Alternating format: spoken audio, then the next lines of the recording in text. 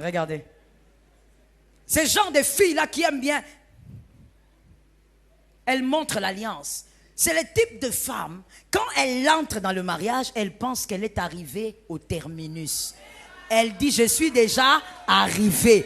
Je n'ai plus rien à faire. Tout ce qu'elle attend maintenant, c'est que son ventre gonfle. Pour qu'elle dise aussi aux gens, Nabotaka. Si tu es capable d'être féconde physiquement, sois aussi féconde dans ton intellect. Donne un amen normal. Sois aussi féconde dans ton intellect. Faut pas que faire des enfants.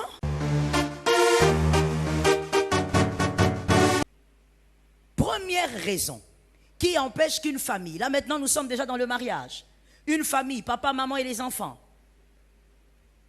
une famille n'arrive pas à vivre des grandes réalisations. Genèse 6, 14 à 16. Genèse 6, 14 à 16. Mon frère, les autres ont épousé des Séphora. Toi, tu es allé épouser la femme de Noé. Parmi les choses qui empêchent les réalisations, c'est lorsque tu as comme partenaire, homme comme femme, un être qui a le profil de la femme de Noé. Donc, tu écris le profil du partenaire. Le profil. Tu es déjà marié, tu as ta famille. Mais qu'est-ce qui fait que tu ne réalises pas des prouesses? Tu as des bonnes idées. Des fois même Dieu te fait grâce, il te donne un peu d'argent. Mais qu'est-ce qui fait que tu n'arrives pas à réaliser des choses? L'année est terminée. Quel bon message pour la fin de cette année. Que Dieu bénisse les personnes qui ont été inspirées. L'année est terminée. Toi, tu attends décembre. L'année est terminée. Maintenant, toi, tu as fait quoi depuis le début de l'année? Ta famille a réalisé quoi? J'ai parlé tout à l'heure avec le verset que je t'ai donné. Je te parlais de la femme de Noé. Les autres ont des Séphora. Grâce à Séphora, Moïse est resté leader. Il est resté vivant. Parce que celui qui voulait tuer Moïse, ce n'est pas le diable. C'est Dieu lui-même. Vous allez m'excuser, hein? Moi j'aime parler aux lecteurs de la Bible. Donc je ne raconte pas beaucoup les histoires. Je te donne les versets, tu localises et puis on avance. Séphora a sauvé Moïse. Dieu s'élève pour tuer Moïse. Si Dieu veut te tuer, qui va l'arrêter? Dieu veut te tuer, qui va se tenir devant Dieu? Mais Séphora vient, elle sauve son mari. En réalité, c'est grâce à Séphora que Moïse est devenu le leader que toi et moi nous connaissons. C'est grâce à sa femme. Sa femme a permis que Moïse reste vivant. Mais toi, au lieu de trouver Séphora, je parle du profil. Ça peut donc être un homme comme une femme. Toi, tu vas prendre le Séphora de la femme, plutôt le profil de la femme de Noé. Qui connaît le nom de la femme de Noé? Lève la main, on va te donner le micro s'il te plaît. Si tu es en distanciel, envoie-nous ça aussi par texto. Elle s'appelait comment? La Bible ne donne même pas son nom. Un homme grand comme Noé. C'est grâce à Noé que la race humaine a été préservée. Moïse est grand, plutôt Noé est grand. Il n'est pas petit. C'est un homme grand, même si on le prêche très peu. Il est aussi grand que beaucoup d'hommes bibliques. C'est grâce à lui que les hommes sont restés en vie sur terre, ainsi que les animaux. Mais écoute, un homme, Dieu lui dit, Noé, va construire une arche. D'accord. Regarde le modèle. D'accord. Il commence, il termine. Sa femme est nulle part. Donc on n'a pas cité le nom de sa femme parce qu'à aucun moment sa femme lui a dit, Noé, tu vas prendre quel bois aujourd'hui?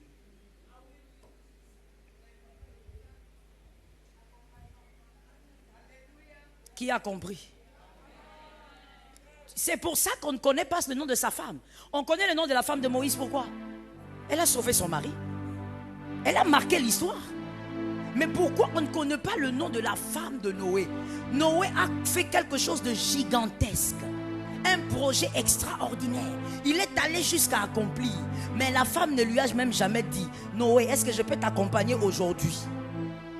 Noé, est-ce que tu peux me montrer où se trouve le marteau? La femme n'a contribué à rien, alors que l'homme a été l'auteur d'un très grand projet qu'il a même réalisé. Voilà les types de personnes que toi tu as. Comme mari, comme femme. Les personnes improductives. Des personnes qui ne produisent rien. Écris avec moi, c'est dans le 1 là. Écris petit a. Des personnes qui ne produisent rien. Ni matériellement, ni en idée. Rien du tout. Tu as un mari, quand tu lui poses des questions, j'ai un projet de faire ceci, il te dit fais comme tu veux. Aucune idée. Tu lui dis mais chérie, je voudrais acheter un champ. Bon, fais comme tu veux. Tu as une femme qui ne te donne jamais, ne fût-ce qu'une petite idée. Jamais. Des personnes improductives. Petit b, les personnes improductives, elles ont des idées quand elles ont l'argent, quand elles n'ont pas d'argent plutôt. Quand l'argent arrive, elles dilapident et puis les idées s'envolent. Les personnes improductives, comment tu vas accomplir de prouesses avec un homme, une femme comme ça? Lui, il a beaucoup d'idées seulement quand il n'a pas d'argent. Et là, tu le vois en train de faire les 100 pas au salon. Quand Dieu me bénira, je vais acheter un champ là-bas de l'autre côté. Je vais s'aimer des maïs. Là, c'est parce qu'il n'a pas d'argent. Dès qu'on lui donne même $100, $200, d'abord, il disparaît de la maison. Il reviendra lorsqu'il n'aura plus d'argent.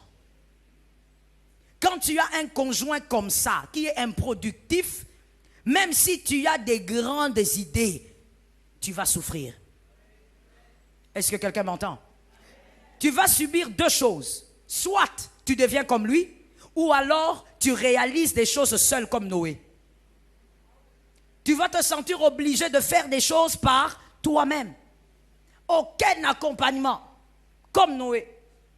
Ou alors tu deviens comme lui. Moi, j'ai vu des frères qui étaient, on va dire étaient au passé, hein, très intelligents, des idées. Quand il se met dans ton bureau, il t'explique comment est-ce que tu peux faire telle chose et telle chose. Il y aura des résultats. Il est brillant. Mais lorsqu'il se marie, tout ce qu'il a maintenant appris à faire, c'est faire des enfants. Je veux tuer quelque chose maintenant et tout de suite.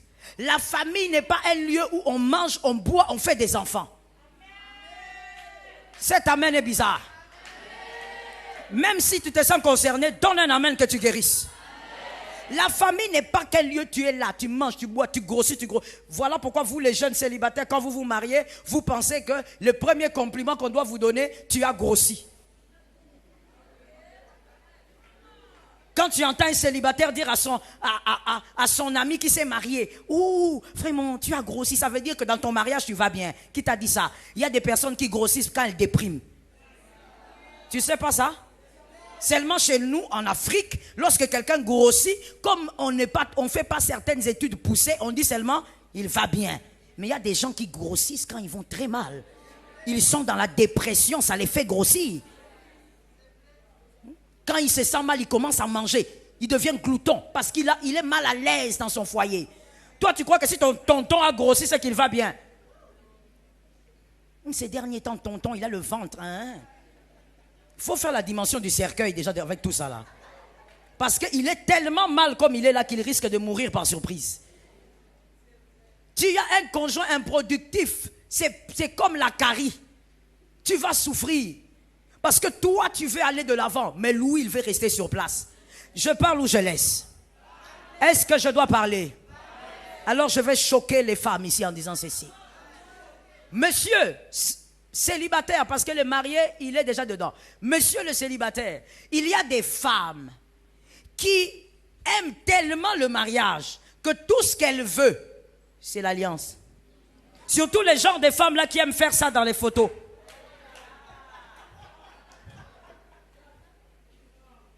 Ça choque, hein? Regarde maintenant comment elles sont devenues. Regardez comment elles sont devenues. Regardez. Ces genres de filles-là qui aiment bien, elles montrent l'alliance. C'est le type de femme, quand elle entre dans le mariage, elle pense qu'elle est arrivée au terminus. Elle dit, je suis déjà arrivée. Je n'ai plus rien à faire. Tout ce qu'elle attend maintenant, c'est que son ventre gonfle. pour qu'elle dise aussi aux gens, Nabotaka. Si tu es capable d'être féconde physiquement, sois aussi féconde dans ton intellect. Donne un amen normal. Sois aussi féconde dans ton intellect. Faut pas que faire des enfants. Mais il y a malheureusement des femmes comme ça. Dès qu'elle entre dedans, c'est fini. Et tu verras ça même par son accoutrement. Elle commence à s'habiller comme sa grand-mère. Tu regardes les pagnes qu'elle a portées. Tu regardes, tu dis, mais cette pagne vient d'où? Ça vient de... non. Donc, par ces pagnes-là, elle va te démontrer qu'elle est née à l'époque du maréchal. Des pagnes antiques, anciens, qu'on ne voit même plus sur le marché. C'est ce qu'elle elle va porter le matin, elle va acheter le pain. Qui t'a dit que pour aller acheter le pain, il faut être sale? Je ne sais pas si ça vient d'où. Qui t'a dit que le matin, pour travailler, il faut que tu sois sale? C'est-à-dire que le travail ménager, ça match avec la saleté. Je ne comprends pas cette logique. Tu es sale, mais tu travailles.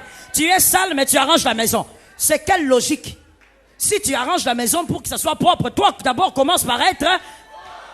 Donne un amen. Tu ne peux pas aller chez une jeune... Les jeunes mariés.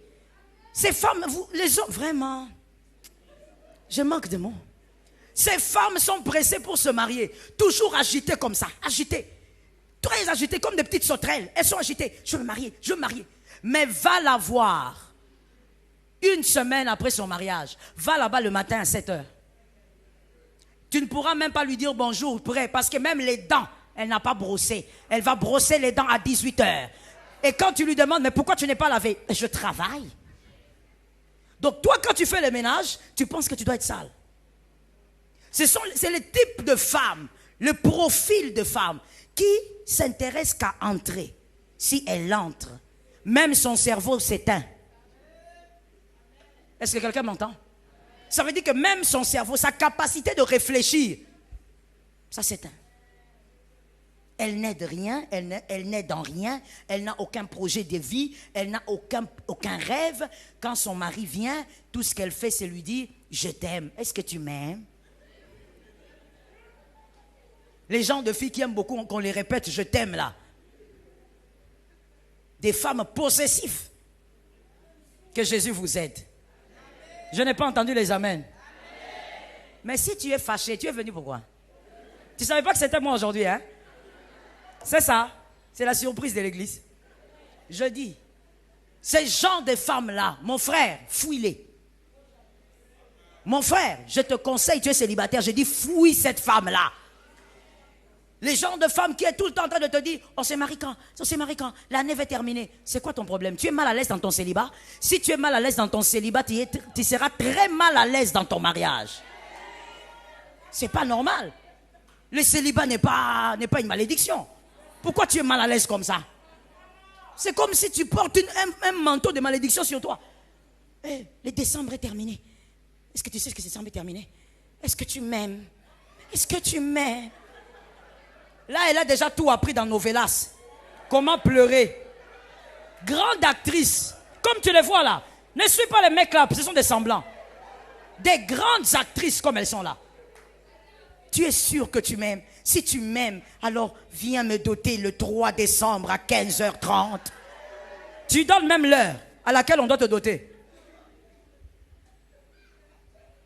Laisse-moi avancer en disant, quand quelqu'un ne produit pas dans le mariage, dont il ne te donne aucune idée, il ne t'aide à rien faire. Même quand tu lui dis, écoute, pour les études des enfants, je crois qu'il faut changer d'école. Cette école-là, les enfants n'évoluent pas bien. Ah bon? Ok. Faites comme vous voulez, hein. Dieu est avec vous. Chérie, est-ce que tu penses que la télé, on peut déplacer? Ah, la télé, là, faites comme vous voulez. Même dans les moindres détails, il ne t'aide pas. Est-ce que quelqu'un m'entend? Est-ce que je peux choquer? Mais il y a les enfants. Vous me demandez de choquer, mais les enfants sont là quand même. Organisez-vous vraiment pour que demain les enfants soient même à l'école du dimanche. Hein? Organisez une salle là-bas pour eux, s'il vous plaît. Vous savez, ces personnes improductives, voici ce que moi j'ai constaté. Avec les quelques années pastorales que j'ai constaté que les partenaires improductifs, Voici les symptômes des partenaires improductifs. Ils sont très plaintifs. Ils se plaignent beaucoup. Ça ne marche pas. Ça ne marche pas. Celui qui se plaint beaucoup des choses qui ne marchent pas ne fait rien pour que ça marche. Celui qui se bat pour que les choses marchent ne se plaint pas. Et ça, c'est dans tous les domaines de la vie. Même à l'église. Les personnes qui se plaignent beaucoup, ce sont les personnes qui n'aident personne ici. Ce sont les personnes qui ne font rien ici. On t'a jamais vu à la chorale, on t'a jamais vu à l'intercession. Ce sont ces gens-là qui vont se plaindre de l'église. Mais quelqu'un qui travaille ne se plaint pas. Parce que lui-même met la main dans la pâte. Les partenaires improductifs, tu le verras en train de se plaindre. Ma femme, elle n'est pas ceci. Ma femme, elle ne fait pas ceci. Ma femme, au lit, elle ne fait pas ceci. Ma femme... Et c'est toujours lui qui a toujours des directives à donner au lit. Il ne donne jamais des directives en dehors de la chambre. Toujours. C'est seulement au lit là qui dira, non, non, non, pas comme ça. Soulève la main, soulève les pieds, soulève le pancréas. C'est seulement lui. Mais là, quand on sort de la chambre, là, on te demande, la famille ici, cette année, on devait même faire le commerce, on devait même entrer dans le transport, avoir des taxis. Papa, qu'est-ce que tu dis? Où est l'argent qui était prévu? Non, je ne sais plus, j'ai fait beaucoup de choses. Mais c'est dans la chambre, dans le noir. Déplace ton cœur, mets ton cœur là où il y a les poumons. Prends les poumons, fais monter. Je suis obligé de parler comme ça, il y a les enfants là-bas. On fait comment? Toi-même, tu as compris. Ces gens de partenaires-là, qui aiment faire déplacer les organes, mais ils sont improductifs. Tu demandes à l'autre beaucoup d'efforts alors que tu nous amènes nulle part. Tu demandes à ton mari trop d'efforts alors que tu nous amènes nulle part. Oh, mon mari ne m'achète pas ceci. Il ne m'a pas acheté la voiture. Toutes les femmes ont des voitures. Toutes les femmes là, c'est qui? Toi, tu es là pour vivre comme ces femmes-là. Et peut-être même que ces femmes que tu vois se sont achetées elles-mêmes des voitures. Si ton mari ne peut pas t'acheter de voiture, achète-toi toi-même une voiture. J'ai entendu 3 amens, pourquoi? Si ton mari a dit, il ne veut pas t'acheter, achète-toi. Achète-toi toi-même. C'est pourquoi on parle justement de la productivité. Mais tu sais pourquoi tu te plains? Tu es improductif. Oh, toutes les femmes vont à Dubaï, moi seulement ici. Non, toi tu vas aller à Katakokombe. C'est là où tu vas aller. D'ailleurs, c'est chez vous. Tu dois aimer chez vous. Toi, tu aimes seulement chez les autres. Ils ont construit des gratte-ciel. Va aussi chez vous là-bas. Dites à vos députés de construire des gratte-ciel là-bas chez vous. Au lieu seulement de les voter comme ça en désordre. Tu votes quelqu'un en désordre, il ne fout rien, il ne dit rien. Tout ce qui sort de la bouche, des choses de bizarreries. Non, tu iras dans votre village natal. Tu n'es jamais allé chez votre papa, tu iras chez votre papa. Oh non, moi je suis seulement ici. Moi je vois les femmes, elles sont bien. Elles sont bien, mais produis, madame. Sois productif. Si au moins tu ne peux pas, ou tu ne veux pas, parce qu'on ne va pas dire tu ne peux pas. Si ton mari te dit tu ne travailles pas, d'accord, c'est votre organisation. Chaque couple a son organisation. Mais produis au même dans la maison. Donne des idées. La femme n'a même pas besoin de se déplacer pour faire des prouesses. La femme, son cerveau là, c'est une mine d'or. Est-ce que quelqu'un m'entend bien? Lorsque tu penses qu'une femme me donne un amen. Non, j'ai besoin des femmes me donner un amen. Mademoiselle ou madame, lorsque vous pensez que vous devenez vous-même seulement en ayant un bureau, là vous m'amenez à comprendre, mademoiselle ou madame, que vous êtes dans l'ignorance. La femme n'a pas besoin d'avoir un bureau pour produire des choses. Sa tête, je disais, est une mine d'or. Mais les gens qui ne produisent rien aiment se plaindre. Oh non, moi je suis ici. Le pasteur ne vient même pas me voir. Moi, j'ai perdu beaucoup de choses. Je n'ai pas vu le pasteur. Moi, j'étais en deuil 50 fois. Je n'ai pas vu le pasteur. Bon, toi, quand l'église dit, on a intercession parce que nous devons faire quelque chose, nous avons un projet, tu viens? Toi, tu ne fais rien, mais tu veux qu'on fasse des choses pour toi. Ça, ce sont les symptômes de celui qui ne produit pas. Celui qui produit, même quand son pasteur ne vient pas le voir, à des moments cruciaux de sa vie, il sait que autant lui, il peut être occupé, son papa aussi a certainement été occupé. Parce qu'il sait ce que c'est l'activité. Mais celui qui n'a pas la notion de l'activité. Je t'ai appelé, tu n'es pas venu à 12 heures. La femme que tu as appelée là, qu'elle vienne te voir à 12 heures, elle est mariée. Elle a des choses à faire. Elle ne va pas sauter, arriver chez toi comme Superman. Les personnes improductives se plaignent toujours et ne voient jamais des pistes de solution. Que l'Éternel te sorte de là au nom de Jésus. Laisse-moi aller vers la fin. Je regarde mon temps. Deuxième raison pour laquelle certaines familles ne s'épanouissent pas, ne réalisent rien. Proverbe 22, 3. Proverbe 22, 3. La Bible dit, l'homme prudent voit le mal de loin et se cache. Au nom de Jésus, sois capable de voir le mal et de te cacher. Quand on dit se cache, c'est-à-dire que le mal ne l'atteint pas. Cache-toi. Mais écoutez, pour que vous puissiez vous cacher, vous devez faire quoi? Voir. Voyez. Voyez d'où vient le mal. Voici la deuxième raison que tu vas maintenant écrire, en accompagnant de ce verset-là. La décision souveraine. C'est comme ça que je l'ai appelé. Ce deuxième point ou cette deuxième raison. La décision souveraine. Aidez-moi un peu, dites à votre âme la décision souveraine. J'ai opté pour ce terme parce qu'il y a vraiment des familles, telles que nous sommes là, il y a vraiment des familles qui ont un sentiment de supériorité absolue quand il s'agit des foyers de leurs enfants. Et donc ici, je suis en train de parler des belles familles toxiques. Il y a vraiment, et je les ai nommés comme ça, hein, ceux qui ont la décision souveraine. Selon eux, ils ont une décision souveraine. C'est-à-dire quand ils décident sur la famille de leur fils, c'est Amen. Quand ils décident sur le foyer de leur fille, c'est Amen. Il y a des familles ici, je ne parle pas de l'œil de Jésus, qui n'arrivent pas à se réaliser à cause de leur belle famille. Les décisions ne se prennent plus dans la famille, les décisions se prennent dans la belle famille. Tu parles avec ta femme sur le lit, tu dis cette année, lançons-nous un peu dans le transport. D'accord, on va prier pour ça. Au lieu de te limiter là, monsieur, toi avant d'aller au travail, tu fais un stop d'abord chez ta maman. Et quand tu arrives là-bas, tu dis, maman, tu sais, nous devons nous lancer dans le transport, moi et ma femme. Maman qui dit quoi? Pourquoi? Tu as combien d'abord? Non. Et puis d'abord, laisse-moi corriger une phrase. Quand maman dit tu as combien, il n'a pas combien, ils ont combien? Il y a quelqu'un qui n'a pas compris. J'ai dit il n'a pas.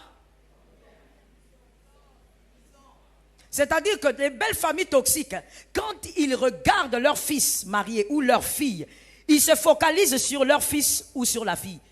Ils ne disent jamais vous, ils disent toujours toi. J'ai appris que tu as acheté une maison. Non, votre fils, votre fille n'a pas acheté une maison. Ils ont acheté une maison. Et tu verras maman qui dit, tu as combien? Et le fils aussi dit, non, j'ai 45 000 $. Ah, bon, tu me donnes d'abord ça, on met en banque. Ok? Parce qu'il ne faut pas te lancer comme ça. Les transports à Kinshasa, ça ne donne plus. Et toi aussi tu dis, j'arrive maman. Tu entres dans la voiture, tu rentres à la maison, ta femme te demande, mais chérie, tu es revenu? Oui, oui, oui. Maman pense qu'il faut d'abord qu'on mette l'argent en banque. Votre famille est une entité libre. Votre famille est une entité libre. Vous sortez d'une famille, mais vous êtes une entité libre. Vous prenez vos décisions. Je veux que quelqu'un m'entende bien. Et là même, ne dis même pas Amen parce que tu dois écouter bien la suite. Vous prenez vos décisions. Vous prenez votre direction. Vous subissez vos échecs. Ce sont vos échecs, vous devez les subir. Il n'y a pas de honte ou d'anomalie à ça. C'est normal que vous puissiez subir vos échecs. Ce n'est pas à cause de ça qu'il faut dire, mais il fallait écouter maman. Non, si on a quitté le toit paternel, c'est pour écouter sa femme, c'est pour écouter son mari. Donne un amen que le malin soit loin de toi. Donne 3 amens que le mal qui est là soit loin de toi. Tu vois des familles qui en souffrent. Une femme qui a l'air bien, mais elle en souffre. Un homme, surtout quand ce sont les hommes, je vous dis, oh mon Dieu, j'ai vu des hommes souffrir parce que son foyer, sa famille est contrôlée par sa belle famille. Et vous voyez, l'homme, il devient comme un pantin, comme une marionnette. Il n'a même pas de force, il est comme ça. Il est tout le temps triste, même à l'église. Quand nous on dit Alléluia, lui, Amen. Parce que combien de fois il avait dit à sa femme, nous allons faire ci. Sa femme est allée dire à sa maman. Maman a dit, donne l'argent là, je vais garder. Quand le mari a demandé l'argent n'existe plus. Combien de fois le mari a dit, on doit déménager. La maman de la femme a dit, non, vous devez rester à côté de moi. Écoutez, quand on se marie, ce n'est pas pour rester à côté de la famille. Allez loin. Est-ce que quelqu'un m'entend bien? Mais il y a des belles familles très toxiques. Leur décision semble être souveraine. Quand ils parlent, le garçon perd l'équilibre. Il doit absolument faire ce que sa famille dit. Mon frère, écoute s'il te plaît. Ma soeur, écoute ceci et retiens pour la vie. Enseigne-les à tes enfants. Ne sois pas un adulte dans le célibat pour être un gamin ou une gamine dans le mariage. Ne sois pas un adulte en dehors et être un gamin, une gamine dedans. Sois courageux. Tu es marié à une femme, tu es marié à un homme, prenez vos décisions. Comme je le disais tout à l'heure, vous allez commettre certainement beaucoup d'échecs dans la vie, mais ça fait partie de votre vie. Ça fait partie de la vie de votre famille. Est-ce que quelqu'un m'entend? Les belles familles toxiques sont là pour dire, nous décidons. Voilà pourquoi je dis ici aux familles mariées, aux couples mariés, c'est dès le départ qu'il faut connaître la limite qu'a les deux belles familles par rapport à votre famille. C'est dès le départ qu'il faut connaître la limite qu'a les deux belles familles. Il y a quelque chose que j'ai constaté. La plupart d'hommes considèrent que c'est un tabou que de parler à sa femme de sa famille. Quand on parle de sa famille, il dit non, ne touche pas à ma famille. Tu ne peux pas considérer sujet de ta famille tabou avec quelqu'un à qui tu as déjà enlevé tous les tabous. Si tu n'as pas compris, on continue. Il y a les enfants là-bas. Tu veux quoi? Tu veux qu'on me critique, que je dis des choses devant les enfants? Si tu n'as pas compris, c'est fini, on passe, papa. Comment veux-tu? Quelqu'un face à qui tu as déjà fait tomber tous les tabous. Tu es allé même au-delà d'Adam. Hein?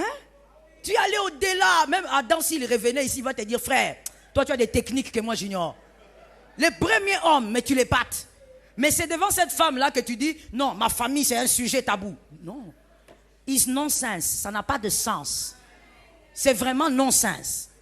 Comme c'est quelqu'un face à qui tu as déjà fait tomber tous les boucliers, il faut faire tomber alors tous les boucliers. Il faudrait être capable de parler avec beaucoup de maturité. Monsieur le marié, madame la mariée, vous vous asseyez et vous dites, écoute, dans notre famille, comment on va gérer nos deux familles?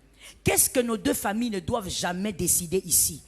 Qu'est-ce que nos deux familles ne doivent jamais connaître? Quelles sont ces choses? Disons-le nous. C'est quoi?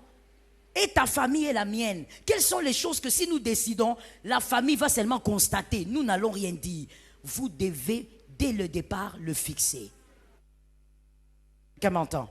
Si vous ne le fixez pas dès le départ, c'est là que même les bonnes belles familles risquent de devenir mauvaises. Il y a une phrase que j'aime dire à mes fils spirituels, et je te le dis aussi. Dieu peut te donner une bonne personne. Dieu peut mettre à côté de toi une bonne personne. Pas forcément pour le mariage, même un ami, une amie. Dieu peut t'envoyer un groupe.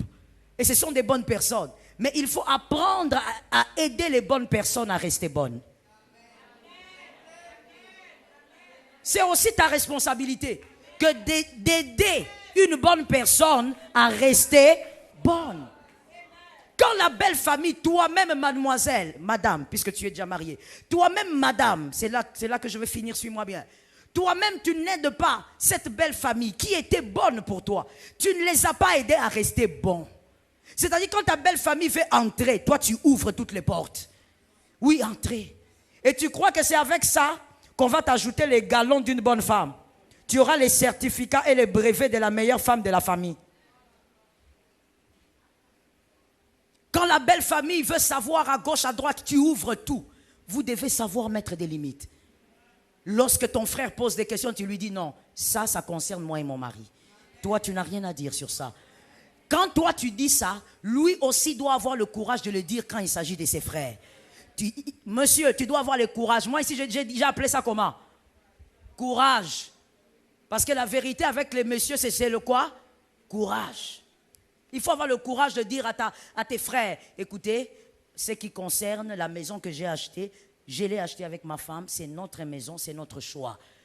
En grandissant, un arbre peut s'épanouir, mais également stagner ou encore se détériorer. Tout comme un couple. Comme le bon vin, certains s'améliorent avec le temps tandis que d'autres régressent et tournent au vinaigre avec les années. Il y a des choses qui nous empêchent à réaliser des prouesses dans la vie de couple et qui très simples qui nous empêchent d'être heureux comme le fait de ne pas oser dire « je », ce qui fait qu'on s'empêche très souvent de cultiver ce lien fondamental avec soi-même.